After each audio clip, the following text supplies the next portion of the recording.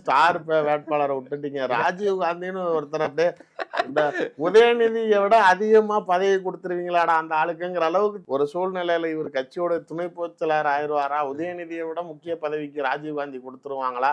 நாம் தமிழர் கட்சியில இருந்து வந்தா திமுகவில் இவ்வளவு முக்கியத்துவமா அப்படின்னு அவரு தன்னுடைய ராஜகண்ணப்பன் இருக்கிறாரு, என்னை ராம்நாட்ல நிக்க விட மாட்டேங்கிறாரு, காதர் பாட்சா முத்துராமலிங்கம் இருக்காரு, என்னை நிக்க விட மாட்டேங்கிறாருன்னு சம்பந்தமே இல்லாத கோயம்புத்தூருக்கு போய் செந்தில் பாலாஜியோடைய நிழலா இருந்து அந்த தொகுதிக்குள்ளாரையும் போய் நான் தான் வேட்பாளர்னு சொல்லி பிரச்சாரம் போன ஆளுக்கே வேட்பாளர்கள் இல்ல செந்தில் பாலாஜியுடைய ஆதரவு இருந்தும் ஏன் கிடைக்கல அப்படிங்கிறது இல்ல. அது நடுவில் நிறைய அந்த சர்ச்சை இந்த மாணவரணி செயலாளர்ல இருந்து எடுத்தாங்கல்ல, அது உண்மையிலேயே நிறைய கட்ட பஞ்சாயத்து, பணம் வசூல், பெண்கள் பாலிய தொந்தரவுன்னு சொல்லி நிறைய பிரச்சனைகள் பண்ணியிருக்கிறாரு தலைவர். இவர் உதயநிதி நிழலா இருந்ததுனால பல அமைச்சர்களையே கொஞ்சம் மிரட்டி இதை செய்கிறீங்களா இல்லை நான் சின்னவர்கிட்ட சொல்லவா அப்படிங்கிற மாதிரி இந்த மகேஷோடைய ரொம்ப விசுவாசி மாதிரி தன்னை காட்டிக்கிட்டு அவரையும் நிறையா பயன்படுத்திக்கிட்டு செஞ்சது.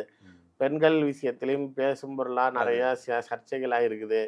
இது மாதிரியான தொடர்ச்சியான நிறையா அலிகேஷன்ஸ் அவர் மேலே இருக்கிறதுனால எனக்கு என்னன்னா அவ்வளோ பெரிய எந்த மாதிரி சொல்ற திமுகவின் இளைஞரை நீ சூப்பர் ஸ்டாருன்னாங்க, கடைசியாக சூப்பு கொடுத்து வீட்டுக்கு அனுப்பிச்சிட்டாங்க. அது மாதிரி தகுதி இல்லாத நபர்கள் நிறைய பேருக்கு உண்மையிலே கொடுக்காம இருந்தது சந்தோஷம்தான்.